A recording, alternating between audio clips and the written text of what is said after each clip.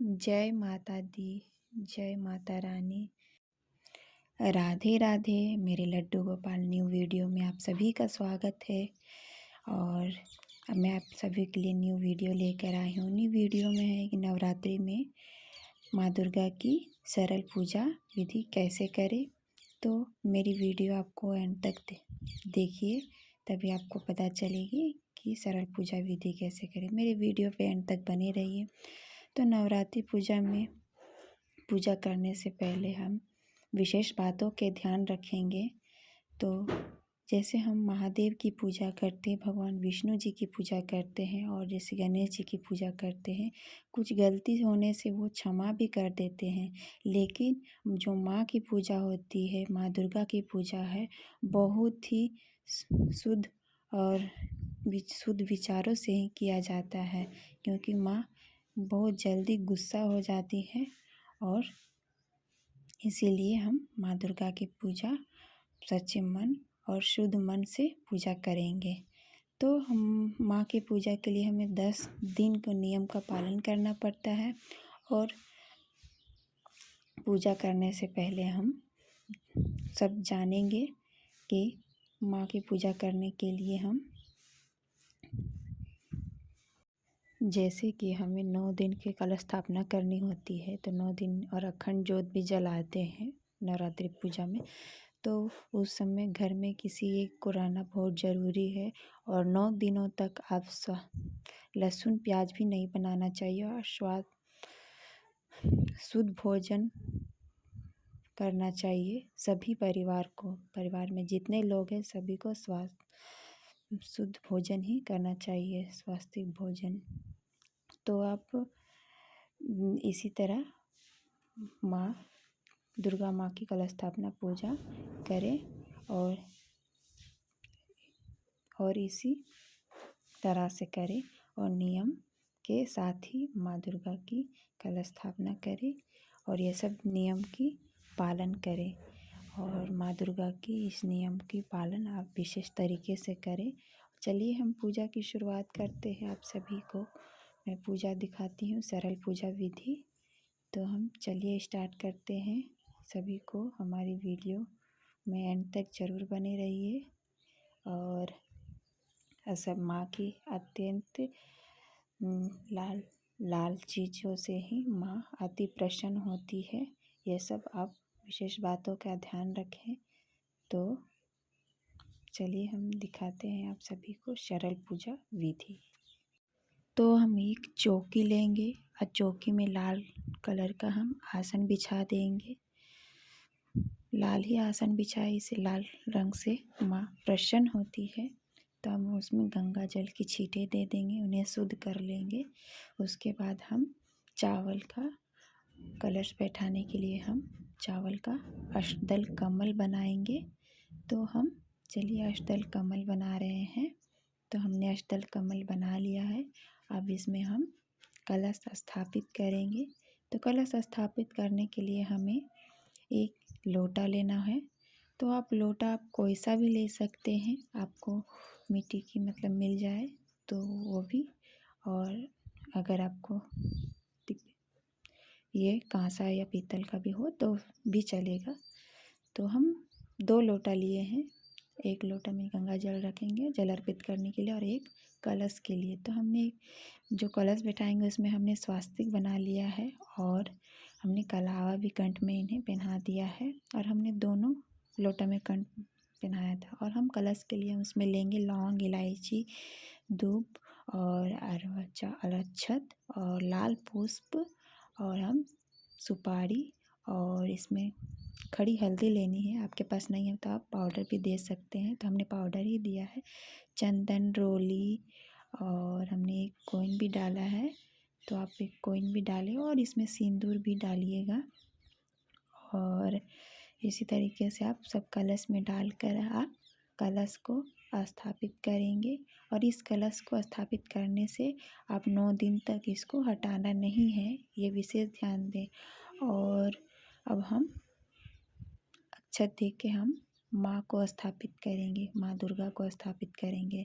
तो आप विशेष ध्यान दें कि आप माँ के दाहिने साइड ही, मतलब सीधा हाथ के साइड ही आप कलश को स्थापित करें। आप बीच में भी रख सकते हैं, ऐसा कोई बात नहीं है, लेकिन सीधे हाथ की तरफ ही रखें आप कलश को। और ये विशेष ध्यान देनी है।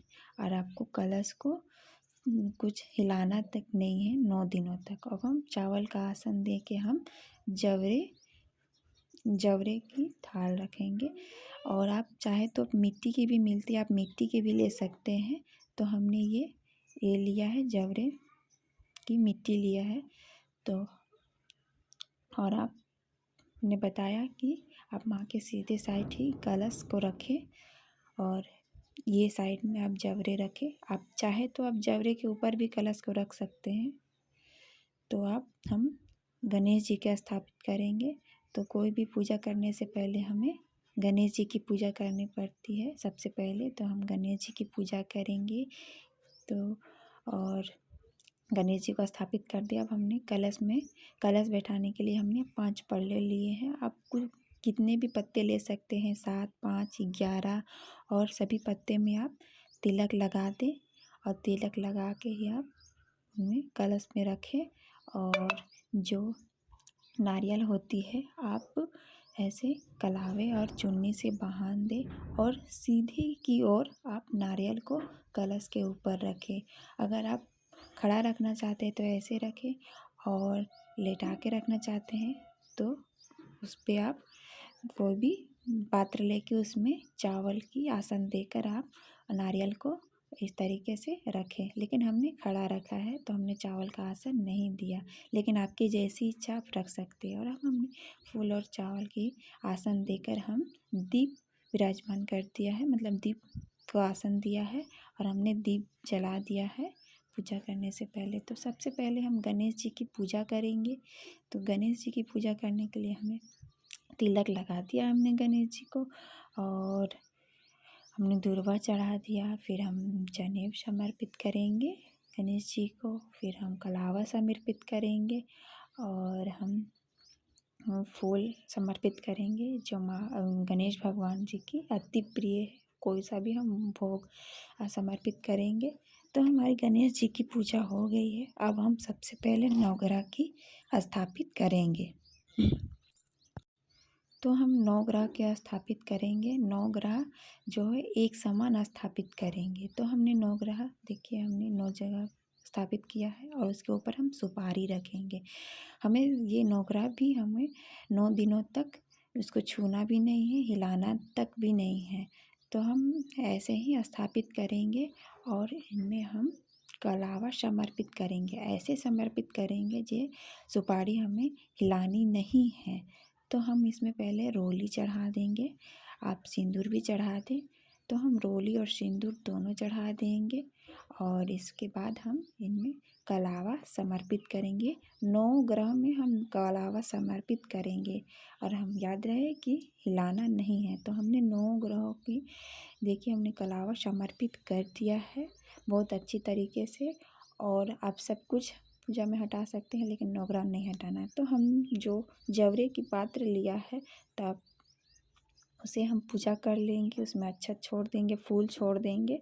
और हम कलश की भी पूजा करेंगे, कलश में भी फूल अक्षत चढ़ा देंगे। अब हम माँ से पूजा करने से पहले माँ से हम क्षमा मांगेंगे। हे माँ, आपकी पूजा में हमसे अगर कोई भूल हो तो हमें क्षमा कीजिए।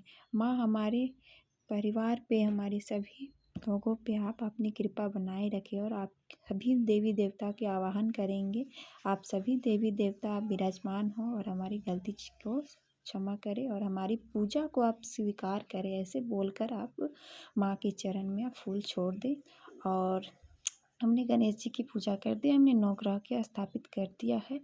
अब हम माँ की पूजा करेंगे। तो माँ को हम थोड़ी जल समर्पित करेंगे, माँ दुर्गा जी की।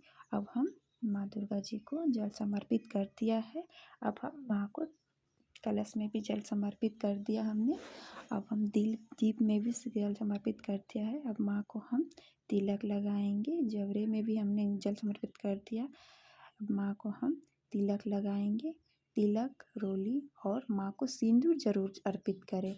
तो माँ को हम चंदन, रोली, सिंदूर सभी हमने लगा दिया है माँ को। अब हम माँ को फूल की माला, आप कोई भी माला ले सकते हैं, और माँ को हम फूल की माला और चुन्नी समर्पित कर दिया है माता रानी को। और माँ को अड़हुल का फूल भी, लाल फूल, आप लाल कमल या गुलाब के फूल भी चढ़ा सकते हैं। अड़हुल का फूल माँ को बहुत अति प्रिय है, तो हम बेलपत्र भी माँ को समर्पित करेंगे। माँ बेलपत्र में भी हमने चंदन का टीका लगा दिया है। फिर इसके बाद हम सम्मी के पत्ता भी समर्पित करेंगे माँ दुर्गा को। और फिर ये माँ की बहुत ही प्रिय प्रसाद है, जो लौंग, सुपारी और इलायची और बतासे और पान पत्ता, ये ज़रूर चढ़ाना चाहिए माँ को।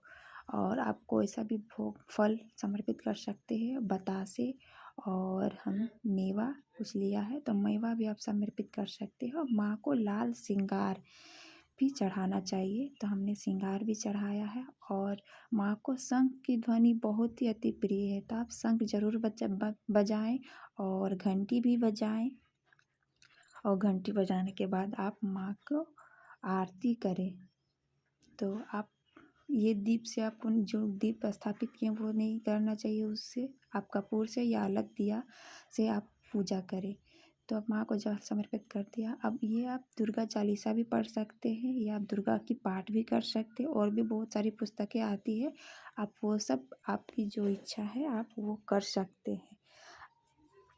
तो आप इसी तरीके से चालीसा या पाठ या कुछ भी करें। अब हम धूप दिखाएंगे, धूप दिखाने के बाद हम माँ की आरती करेंगे। माँ की आरती आप कोई सा भी आरती कर सकते हैं, बहुत सारी आरतियाँ होती हैं। तो माँ को आप अच्छी तरीके से माँ की आरती करें, और सभी परिवार के साथ माँ की पूजा करें, आरती करें। और आप कीर्तन भी कर सकती हैं माँ की। तो आप आरती के बाद आप हवन ज़रूर करें। माँ को हवन की सुगंध भी बहुत ही प्रिय है, तो इसलिए पूजा के बाद आप हवन ज़रूर करें। और माँ को जब घर में कलश स्थापना करती है तो सुबह शाम आरती ज़रूर करना चाहिए। तो हम सबसे पहले हवन की पूजा कर लेंगे। हवन की पूजा करने के बाद हमारा ये जो माँ को प्रसाद चढ़ाए हैं वो हम हवन में डालेंगे।